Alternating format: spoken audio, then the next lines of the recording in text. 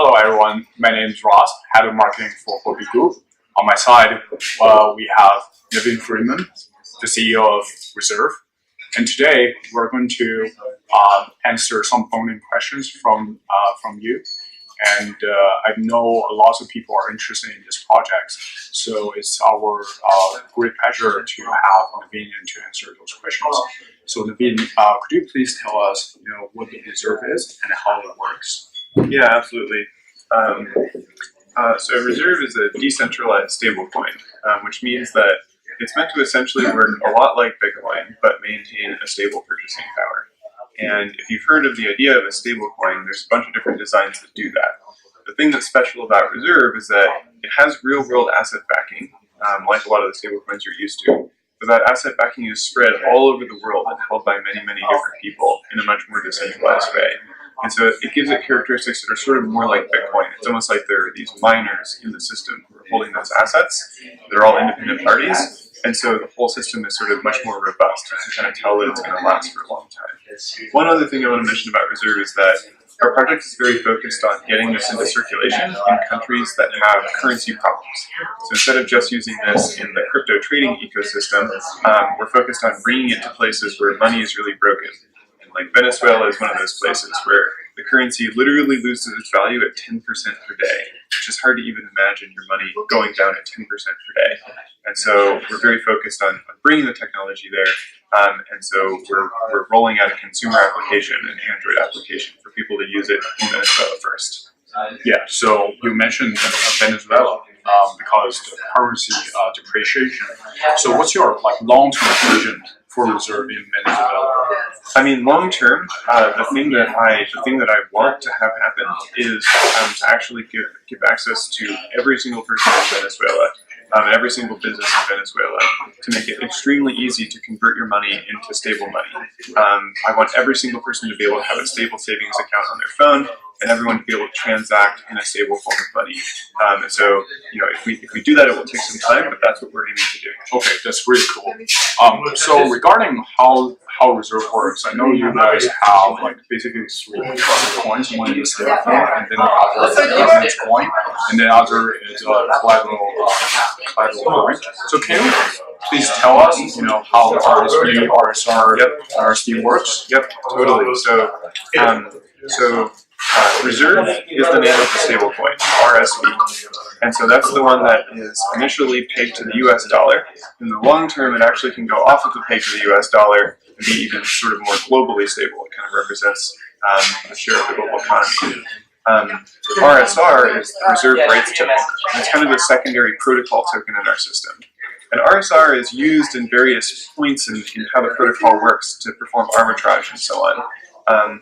And if there are more Reserve stablecoins in circulation and more that are being spent, if they're being spent faster, generally the supply of RSR will go down over time. And then the third type of token, as you mentioned, Ross, is collateral tokens. And so these are tokens that aren't actually implemented by our smart contracts, they're just held by our smart contracts. So these can be tokenized real-world assets, like tokenized dollars, or tokenized government debt, or tokenized commodities.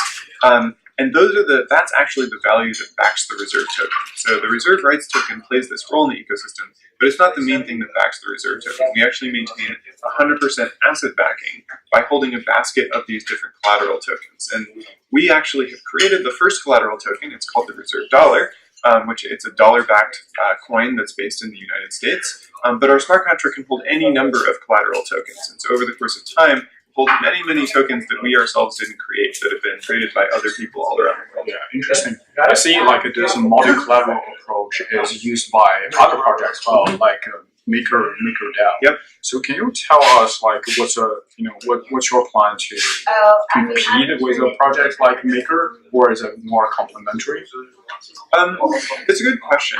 So the way that Maker is currently designed, it's a bit hard for the supply of stablecoins to scale up really far.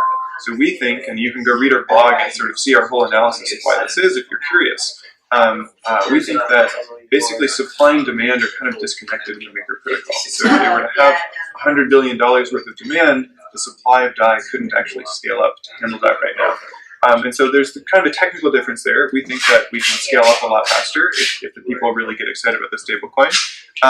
But there's a sense in which it's complementary because Maker has this protocol that permits decentralized lending, which is really cool. And our protocol isn't about that. We're just trying to create a stablecoin. So for some people in the DeFi space, the Maker protocol is kind of doing a thing that's kind of interesting and is different from what we do. So we're actually kind of pretty friendly with the Maker team. In fact, one of their team members invested in one of our rounds previously, and we talk back and forth and we share ideas and stuff. Okay, yeah, that's great. It's great to see the two outstanding projects working together to improve the DeFi and to improve the decentralized financial system. That's really cool. So what are some people are wondering what are other use cases for RSR other than the government's part? Oh yeah, for RSR. Yeah, absolutely. Other than governance, RSR is used in a particular type of arbitrage in the system, which is essentially if the price of the reserve token is above $1.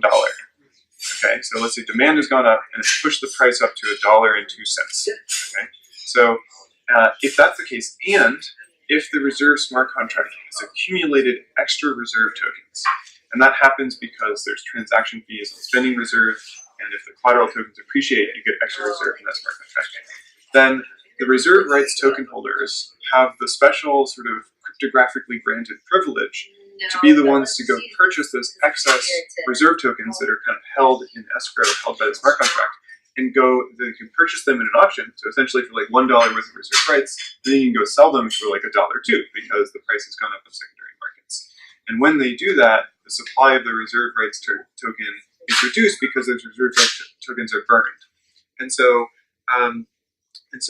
that's one function. And then one other function is because there's some potential value to the reserve rights token, it will have a live market cap. And what that means is if the collateral tokens were to depreciate at some point, so let's say we only have 98% backing instead of 100%, then the protocol can mint and sell reserve rights tokens in order to make up that difference in value. And so it kind of plays that economic role in the ecosystem as well. Yeah, I see. So I know you guys have a really strong investors investing in reserve project. So from your perspective, why are they interested in investing in reserve? Well, I mean, I'm not allowed to comment on the future price of reserve rights tokens. So but I think that I think fundamentally our initial investor base is a group of folks who they met us and they understood wow, this team is actually trying to solve this enormously difficult problem. And is it going to work? Well, I don't know. That's what startup investing is about, is looking at things that are kind of moonshots that might work. But our team has a really unusual background. A lot of us have worked together for 6 years already on a bunch of different entrepreneurial projects. We built this thing called the Effective Altruism Movement. At least we played a big role in building it. And so I think investors looked at the team and thought, okay, there's something special going on here. This isn't just people who went into crypto to try to get rich. And so I think that they got excited about getting behind that. Okay, I really like that. I think that's one of the most important differentiators between your team and other cryptocurrency projects. And don't get me wrong, we're very motivated by the financial incentives. The financial incentives are very strong, and we do want to make money, and that's something that compels us. But it's a team of people who kind of wants both things. We want to fix these places where currency is broken, and we hope that we can make a lot of money while doing that. And in part, the reason why we want to make so much money is part of the idea behind this whole movement of effective altruism is if you make a lot of money, you can go spend that on things that are useful for the world. So, don't get me wrong, we're also motivated by the financial incentives as well.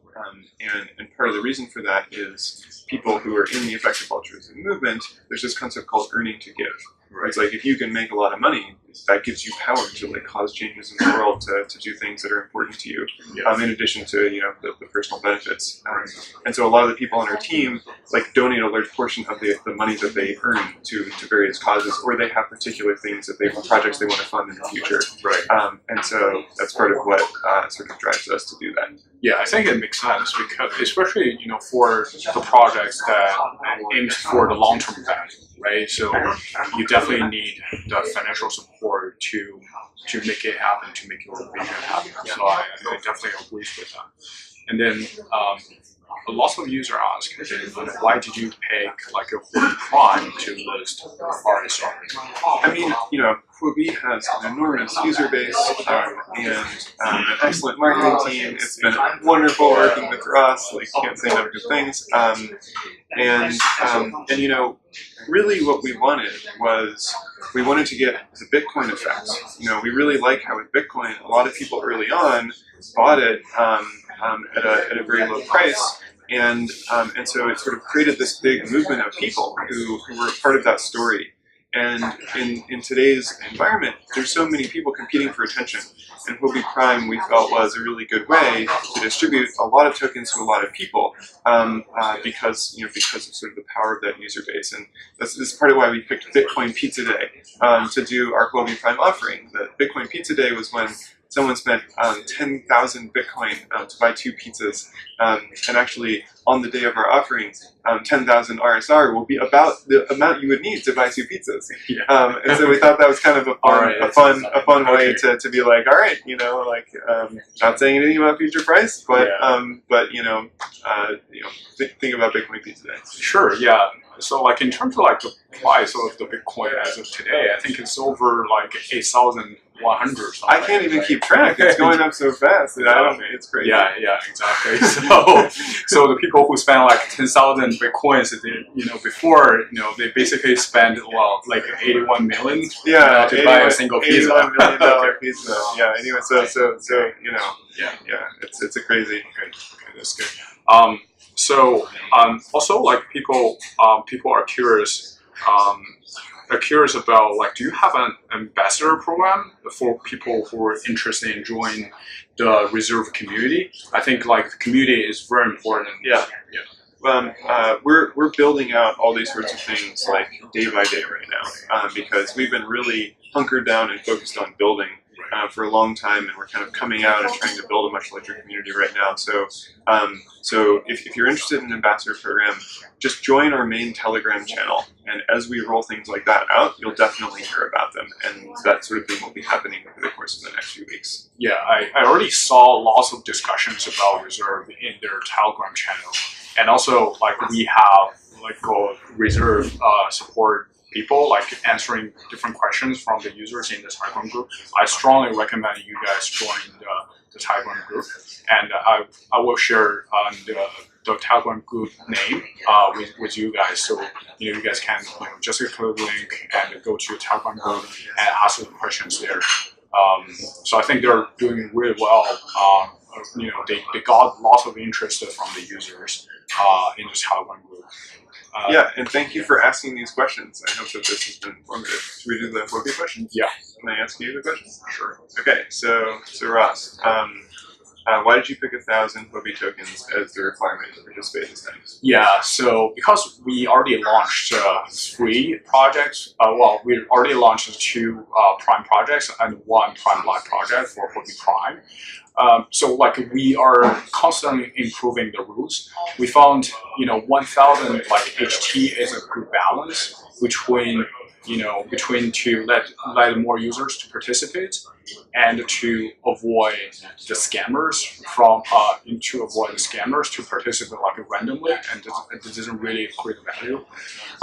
So like we used to have like the 500P requirements.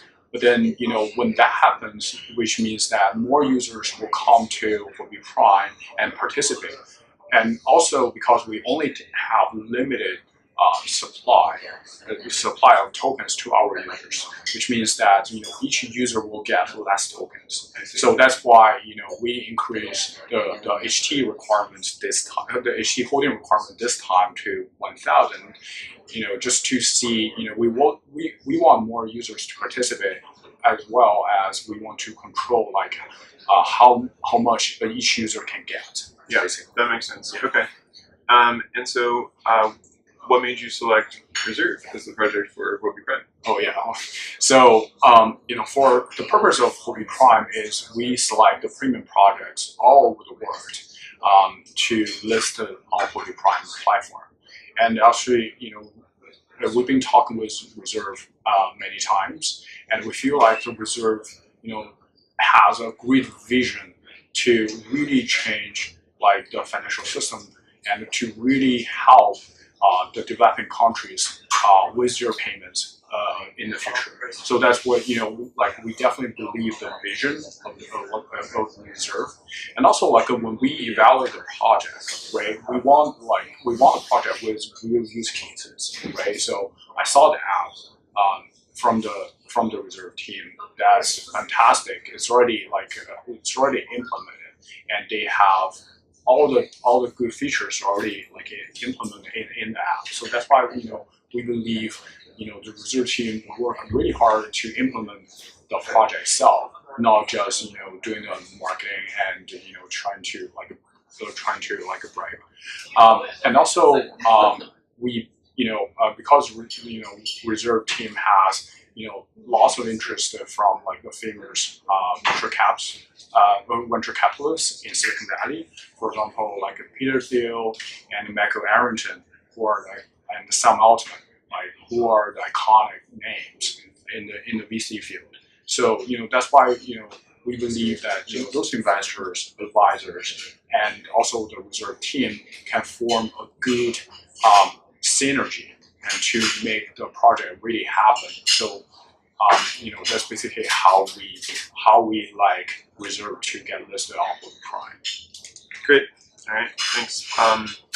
Have you considered having a lottery with like a holding requirement instead of the system that you have today? Yeah, to be honest, like we thought about that. Okay, I think the lottery system is easier for user to understand, right? So users will say, oh, it's a random process. But actually, because we want to add actual value to the Huobi token holders, right? So that's why we kind of like have the two separate rounds. So the first round is first come, first serve, right? And still like get to incentivize people to participate with Prime. And then the second round is 80% of the token supply will be the order match. So basically like everyone will get some tokens. So that's more like a lottery system per se. So you can see like we do solve. So we do. So we already thought about how the lottery system works, but then we want to add the actual spice into the Huobi Prime phase. Yeah. And then you guys think that it's better to have like everyone who participates get at least some tokens as opposed to a lottery where a few people get a bunch of tokens. Yeah, that exactly. Right? Yeah, exactly. Okay. And then last question, and we'll wrap this up. So how has Huobi Prime changed from the second to the third launch? So what's different this time from? Right. So this time. So we only have like 2 rounds. So the first is the first round first come first serve. 20% of the token supplies for the first round, and 80% of token supply for the second round. And of course the HT holding requirement has changed. And also we have the caps for we have the actual caps for users to participate. So like in terms of like the overall rules, it has not like the essence didn't change much. Like we would like to encourage more users to participate and get some tokens. I think that's the essence of the rules. It hasn't changed that much. But like in terms of actual numbers, like we made some tweaks. Yeah, I think it's tweaked so that even more of the tokens are distributed to everyone who participates. Yeah, exactly. Yeah, exactly. Okay, great. So thanks for having me. I just want to say one more thing, which is I invite you to go to reserve.org and learn much more about our project. So we have the whole website in English, Mandarin, and Korean, including our white paper translated in those languages. And we really want to grow a community all over the world. A lot of the work that we do is with people who speak Spanish and Portuguese. We have people on our team who speak those languages. We want everything to be translated into every language. We want to build a community everywhere. And this project is still just getting going. Like there's so much to do, and we're really excited about bringing on a global community and even hiring some people full-time from a lot of different places around the world to be really hardcore ambassadors and make this happen. So if you find our mission interesting, please go to the website and learn more about it, and reach out to us, get in contact, because there's a lot left to do. Yeah, exactly. So at the same time, if you have questions on how to participate in Huobi Prime, whether you are qualified and you would like to know more about Huobi Prime, you can follow us you can follow Huobi Global on Twitter at Huobi Global, and also you can join us on our Telegram at Huobi Global Official. And of course, we have people from both Reserve side and also Huobi Global to answer the questions in the Reserve Telegram channel as well. So it's really a joint effort between the Reserve team and the Huobi Global team to make the Huobi Prime happen. And also, Huobi Prime is the first step for Reserve to embark and to let everyone on Earth to know about this project, basically. So we would like to encourage more users to participate in the project. Excellent. Thank you. All right. Thanks, guys.